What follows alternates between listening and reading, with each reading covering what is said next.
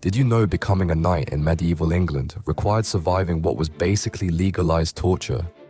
In 1185, 17-year-old William de Clare had trained his entire life for this moment. 7 years of sword practice, horseback riding, and serving his lord had led to this single night, but nothing prepared him for what came next. The ceremony began with older knights beating him with fists and sword flats, testing his pain tolerance. Then came the vigil. Full armor, no food, no sleep, praying on his knees until dawn. His legs cramped, his vision blurred. Some candidates collapsed right there. At sunrise, his sponsor struck the final blow, a vicious hit across his neck called the blow of remembrance. William stayed standing, but 3 other young men crumpled to the ground. They were dragged away, forever barred from knighthood.